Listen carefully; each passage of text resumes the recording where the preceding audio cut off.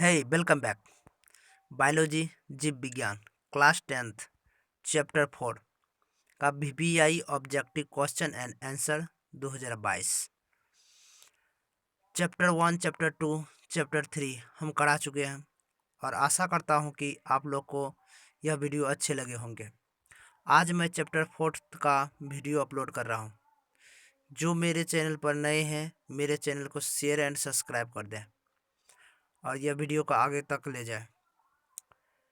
आज पहला क्वेश्चन हम डील कर रहे हैं जो है मेंडल ने अपने प्रयोग में किस पौधे का चयन किया।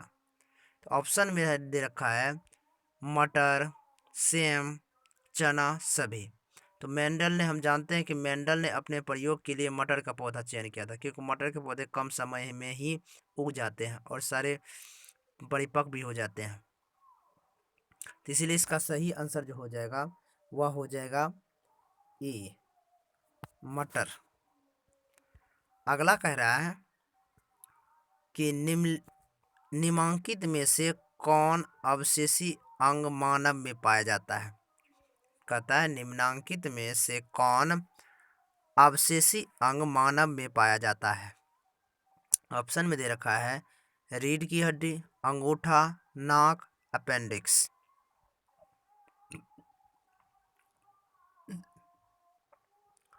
रीढ़ की हड्डी तो हम जानते हैं कि अवशेषी अंग वह अंग होता है जिसका हमारे शरीर में कोई काम नहीं होता है। तो हमारे शरीर में रीढ़ की हड्डी तो काम है, अंगूठा का तो भी काम है, नाक का भी काम है।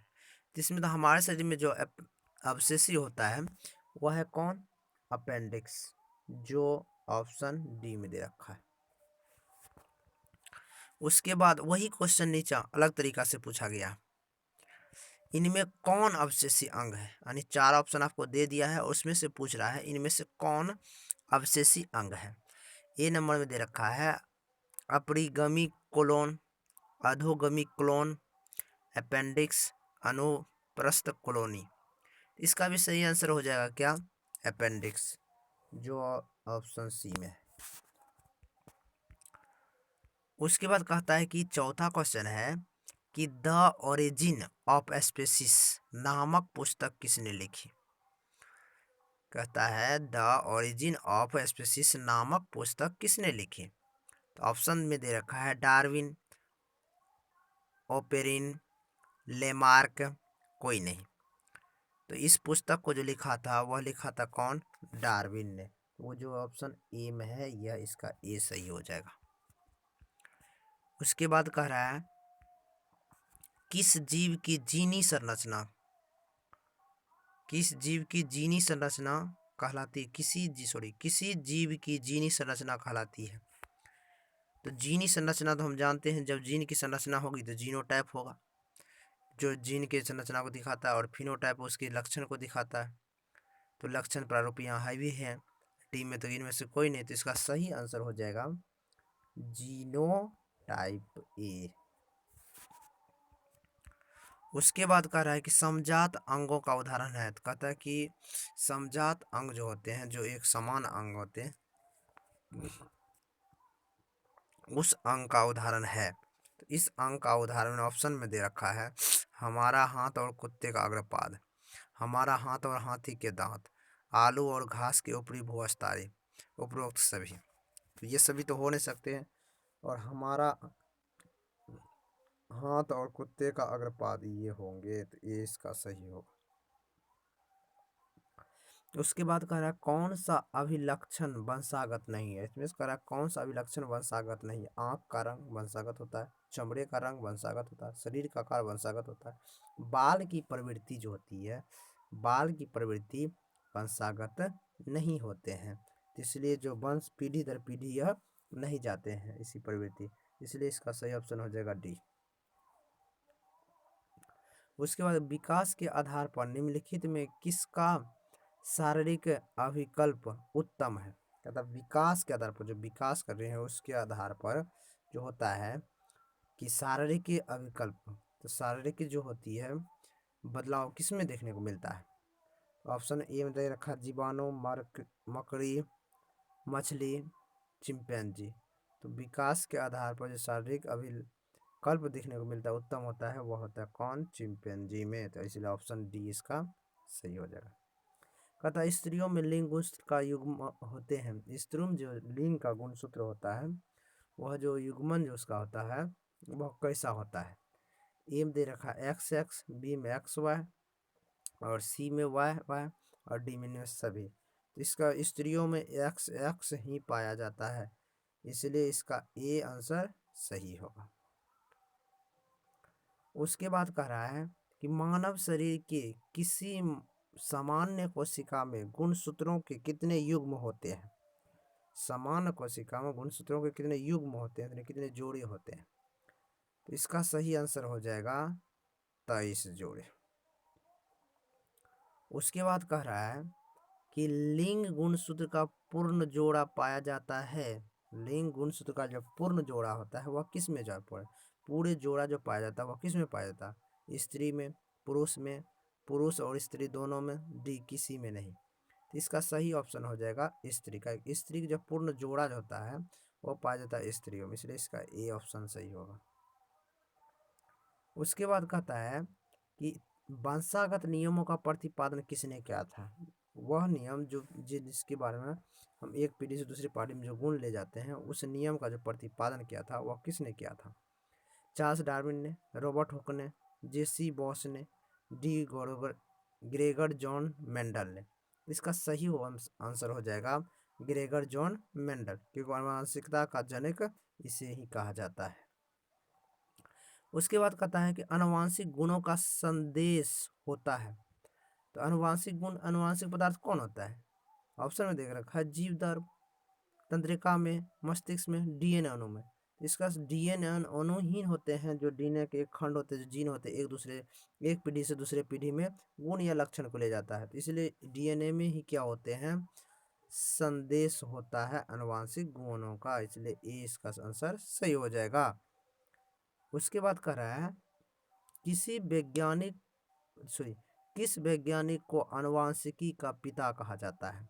तो हम सब जानते हैं अरस्तु को तो जीव विज्ञान के पिता कहा जाता है, रॉबर्ट को तो कोशिका खोज किया था। तो इसमें से सही आंसर हो जाएगा क्या? B Gregor John Mendel. उसके बाद कहता है कीटों के पंख और चमगादड़ के पंख किस तरह के अंग है? तो ये कीटों के पंख और चमगादड़ दोनों के क्या होते हैं? समान होते हैं, तो इसलिए इसका सही आंसर हो जाएगा ए समजात अंग। उसके बाद कहता है कि जीन शब्द की प्रस्तावना किसने दिया था?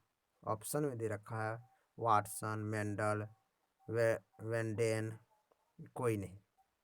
तो ये चारों ऑप्शन में से कोई नहीं है, क्योंकि जीन शब्द जो दिया था वह दिया था जोहानसन ने, इसलिए इसका सही आंसर हो जाएगा डी, कोई नहीं।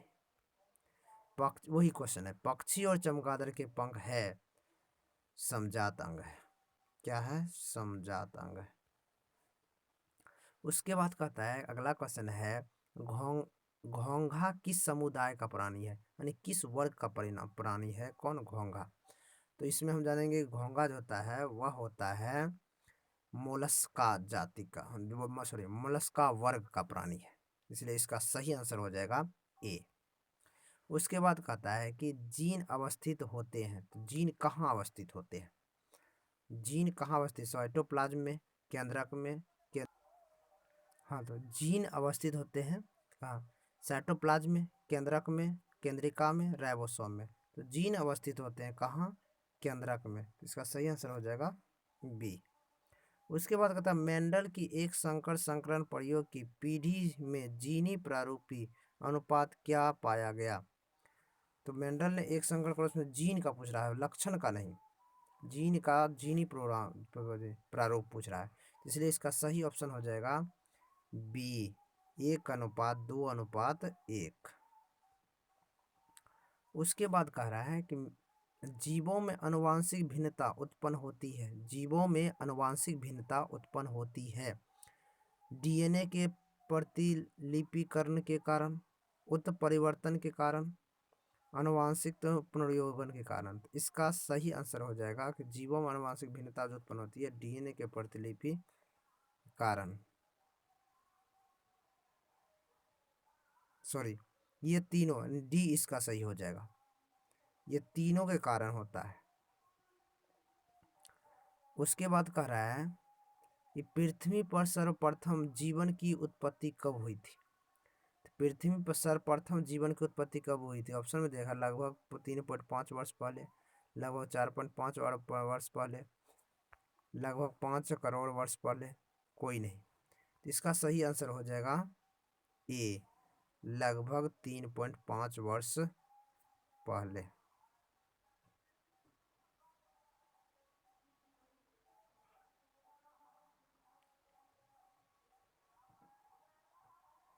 उसके बाद है उपार्जित लक्षण वंशागत नहीं होते हैं, इसे निम्नलिखित में से किस वैज्ञानिक ने दिया था? तो इसका जो उपार्जित के बारे में लक्षण जो बताए थे वह था वायसमान, जो चूहे पर प्रयोग करके साबित कर दिया था कि उपार्जित लक्षण वंशागत नहीं होते। इसका सही आंसर हो जाएगा ए। उसके बाद कहता है जाति उद्भव की संभावना किसमें नहीं होती है? लैंगिक जनन द्वारा उत्पन्न जीवों में, और लैंगिक जनन द्वारा उत्पन्न जीवों में, स्वपरागन उत्पन्न पौधे में, डी ए बी ए तथा सॉरी बी तथा सी दोनों में। इसलिए जो होता है जाति उद्भव की संभावना किसमें नहीं हो सकती है? और लैंगिक में और स्वपरागन में। इसलिए सही है, इसका ऑप्शन हो जाएगा डी। उसके बाद ऐसी भिन्नताएं जो एक पीढ़ी से दूसरी पीढ़ी में वंशागत होती है उन्हें कहते हैं कायिक भिन्नता, जननिक भिन्नता, जैव विकास भिन्नता, कर्मिक विकास। तो इसका सही आंसर हो जाएगा जननिक भिन्नताएं, जो एक पीढ़ी से दूसरी पीढ़ी में वंशागत होती है। उसके बाद कहता है कि नई प्रजाति मूल प्रजाति से है, हमेशा उन्नत होती है, हमेशा उन्नत नहीं होती है, उन्नत होती है और प्रगतिशील होती है। डी में कोई नहीं। इसका सही आंसर हो जाएगा बी, हमेशा उन्नत नहीं होती है।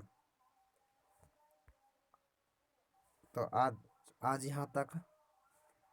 अगले दिन मैं फिर दूसरा वीडियो लेके आने वाला हूँ जो चैप्टर 5 का है। थैंक यू, पढ़ते रहे।